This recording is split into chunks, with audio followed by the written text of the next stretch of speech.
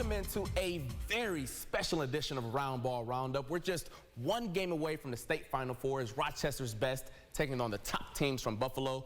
There were a lot of great games up and down the slate, but we start in Class AA as the Victor boys were looking for its first trip to the Final Four in school history. Fresh off their first sectional title in 45 years, head coach Tyler Roberts leading the Blue Devils to battle against Niagara Falls. Game tied at 41 late in the third. Cam Ryan kisses it off the glass for the easy deuce. Victor led by 2 into the final frame. And in the fourth, it belonged to Griffin Hopkins. He was like Burger King out there. Have it your way. You want a turnaround fader in the paint? He got that. What about a corner triple? Cash money. He can shoot it too. How about a scoop layup with the left? He's just a sophomore acting up like that. 11 points for Hopkins in the quarter. Here we go, 2 minutes to go. Victor looking for the dagger. The big fella, Nick Leonard, too strong. Nice Michael Jordan shrug to go with it too. Victor will be shrugging their way all the way to Glens Falls next weekend as they win 66-59. NAA girls, Schrader in the Far West Regionals for the first time, taking on Lancaster. Warriors down for much of the game, but in the fourth, Mariah Watkins, the rebound, gets the bucket, plus the foul. Schrader takes their first lead of the game. 2 minutes to play, tied at 54. They swing it to Sarah Ferruzza. She drains the triple. Warriors back in front. Next possession, up just one. Bria Watkins finds some space, nails the mid-range Dre. Schrader up by 3, 30 seconds left. The lead is 2, trying to ice it.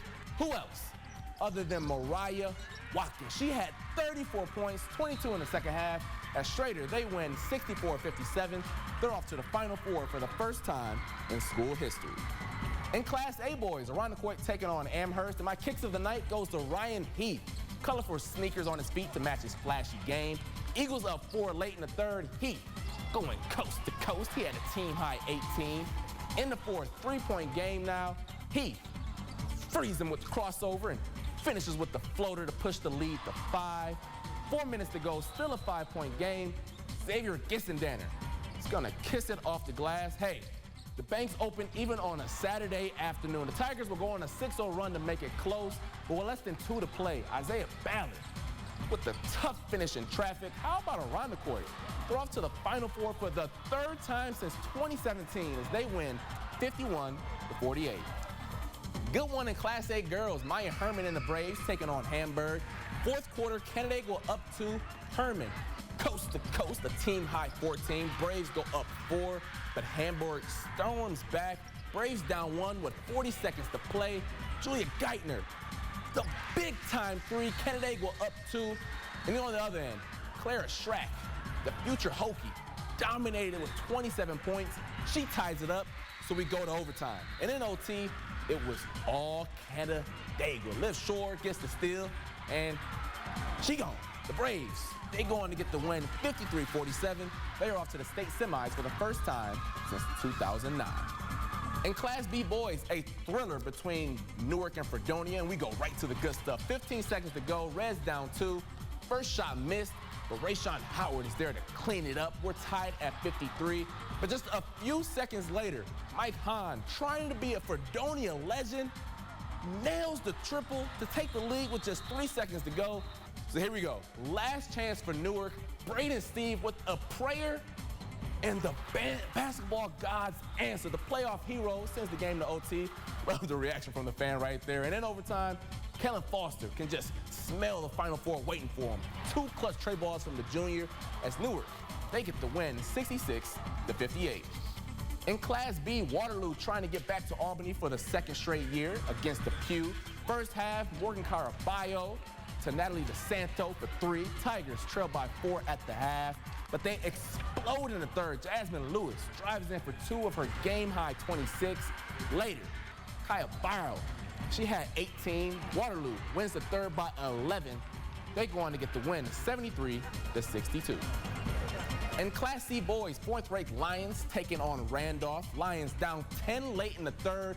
J.C. Walker swats that out the air.